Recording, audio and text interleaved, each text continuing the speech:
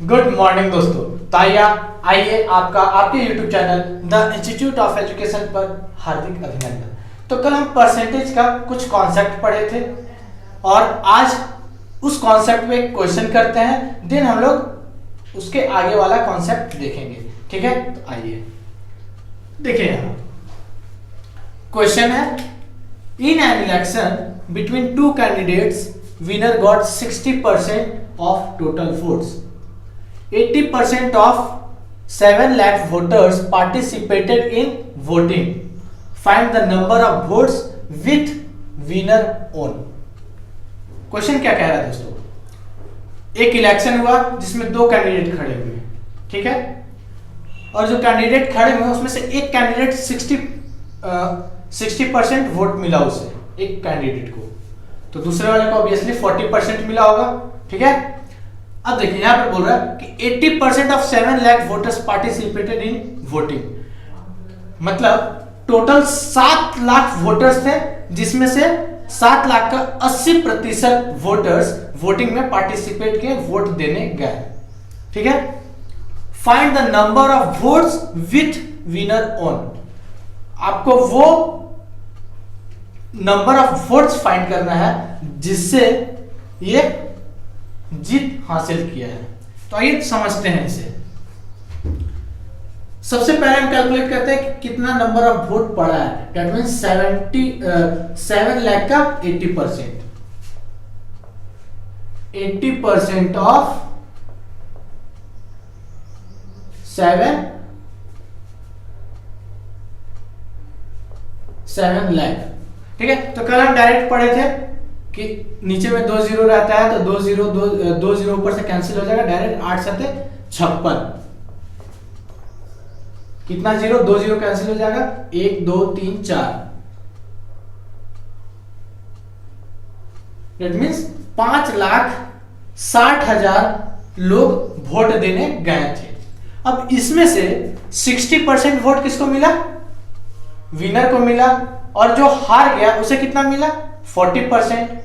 अब पूछा है कि वो कितने वोट से जीता है, that means 60% minus 40% is equal 20%। यही तो उसका 20% वोट से ही तो जीता है। ठीक है, तो आपसे क्या पूछा है, 20% यहां पूछा है, number of votes with winner own. ठीक है, वो कितने वोट से जीता है, 20% वोट से जीता है, तो इसका नंबर क्या होगा, आइए नंबर निकालते हैं। तो 20% ऑफ 5,60,000, तो इसमें मैंने कल बताया था, डायरेक्ट आप इसे मल्टीप्लाई कर दीजिए, तो 56 टू जा 112, 2 जीरो इसमें से कैंसिल हो जाएगा, तो 2 जीरो को हम काट देते हैं, 1 2 3, तो 1,12,000। दैट मीन्स हमारा जो आंसर आया वो क्या आ रहा है कि 1,12,000 20% है इसका। जो टोटल वोट देने गए थे लोग उनके 20% कितना है, 1,12,000। दैट मीन्स 1,12,000 वोट से ये जीता है। ठीक है, 1,12,000 वोट उसको ज्यादा मिला है। ठीक है, तो ये क्वेश्चन कंप्लीट हुआ। इसका सॉल्यूशन बहुत ही अच्छे तरीके से मैंने समझा, होप आपको बहुत ही अच्छे से समझ में आया। ठीक है, तो आइए अब नेक्स्ट एक कॉन्सेप्ट देखते हैं। ठीक है, तो मैं इसे रफ कर रहा हूं, और कॉन्सेप्ट बहुत ही मजेदार है दोस्तों, बस आपको देखकर ही आंसर लगाना है उस कॉन्सेप्ट को पढ़ने के बाद। ठीक है, तो मैथमेटिक्स सिर्फ एक गेम है, जितना अच्छे से रूल्स को आप जानेंगे उतना अच्छे से आप उसे खेल पाएंगे। ठीक है, और जितना ज्यादा प्रैक्टिस करेंगे उतना ज्यादा आपका परफॉर्मेंस अच्छा होगा। ठीक है, तो आइए गेम शुरू करते हैं, खेलोगे? तो देखिए हम यहां पर एक क्या पढ़ाने वाले, अभी समझाने वाले हैं, परसेंटेज चेंज। ठीक है, तो परसेंटेज चेंज में क्या होता है, इसका फॉर्मूला होता है final value minus initial value upon initial value into 100%। ठीक है, तो मान लीजिए कि हम 2 पेन खरीदे। ठीक है, दोनों पेन कितना में खरीदे? 100 रुपीज में। 100 दोनों लगा। ठीक है, 100 रुपए इसका, 100 रुपए इसका, तो 200 में हम 2 पेन खरीदे। तो पहला पेन को हम क्या किए,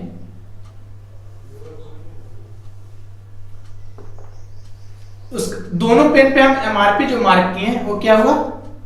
150 हम कर दिए दोनों पेन में। अब पहला पेन हम बेच दिए 150 में, मेरा पेन बिक गया। तो मेरे पास प्रॉफिट कितना हो रहा है, आइए देखते हैं। तो फाइनल वैल्यू क्या हो गया हमारे पास? Percentage change. फाइनल वैल्यू हमारे पास 150 minus initial value 100 upon 100 into 100%। 150 divided by 100 into 100%। यहां पर देखिए 1/2 इंटू 100, दैट मीन्स 50%। ठीक है, तो हमें एमआरपी को 150 करने के लिए कितना परसेंट कॉस्ट प्राइस में इंक्रीमेंट करना पड़ा? Half of 100, that means 50%। अब देखिए दूसरा जो हम पेन खरीदे थे तो वो हमारा बिक नहीं रहा है, तो मैं डिसाइड किया हूं कि उसको मैं कॉस्ट प्राइस पर ही बेच दूं। ठीक है, कॉस्ट प्राइस पर ही बेच दूं। तो मुझे उसमें डिस्काउंट का लेवल लगाना, तो कितने परसेंट डिस्काउंट का मैं लेवल उसमें लगाऊं? तो इनिशियल वैल्यू हम ले लेंगे 150, फाइनल वैल्यू हमें 100 करना है।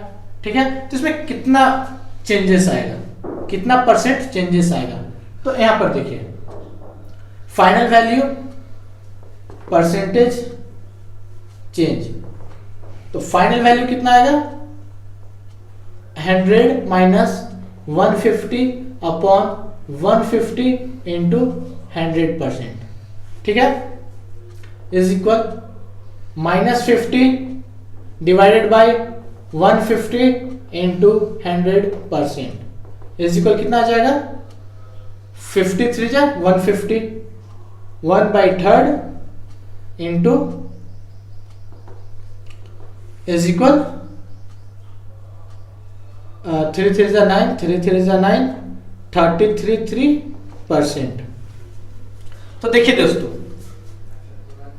यहां पर कॉन्सेप्ट क्या है कि हमारे पास 100 था, कॉस्ट प्राइस 100 था, हम उसमें 150 एमआरपी का लेवल लगा, तो कितना परसेंट हमें कितना इंक्रीमेंट करना पड़ा? That means half of 100, that means 50% हमें उसमें इंक्रीमेंट करना पड़ा। अब क्या हम फिर से हम 100 पे आना चाह रहे हैं, दैट मीन्स डिस्काउंट हम देकर 100 उसका सेलिंग प्राइस कर देना चाहते हैं एमआरपी से। ठीक है, तो क्या हमें 50% से डिक्रीमेंट करना पड़ेगा? बिल्कुल नहीं। कितना करना पड़ेगा? 33.33%। कितना? 33.33%, दैट मीन्स 1/3 ऑफ 100। ठीक है, 100 में इसलिए यहां पर लिख रहा हूं 1/3 क्योंकि परसेंटेज हमें पढ़ना है। परसेंटेज में हम चेंजेस में हम क्या करते हैं? 100 से मल्टीप्लाई करते हैं। ठीक है, यहां से 100 मल्टीप्लाई किया, देन हमारा परसेंटेज वैल्यू आ रहा है। तो यहां पर जो कॉन्सेप्ट मैं बताने वाला हूं वो कुछ इस तरह। आइए देखिए 1/2 यदि हम इंक्रीज किए, 1/2 हम इंक्रीज किए, तो वापस हमें इसी में 100 पे ही आने के लिए हमें कितना का चेंजेस करना पड़ा? 1/3 का डिक्रीमेंट करना पड़ा। ठीक है, उसी तरह 1/3 का यदि हम इंक्रीमेंट कर दें तो फिर वापस इसी वैल्यू पे आने के लिए 1/4 का हमें डिक्रीमेंट करना पड़ेगा नए वाले वैल्यू से।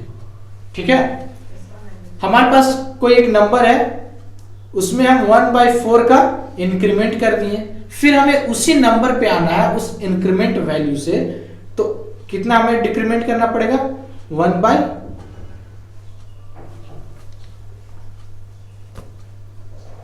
1/5 का डिक्रीमेंट करना पड़ेगा।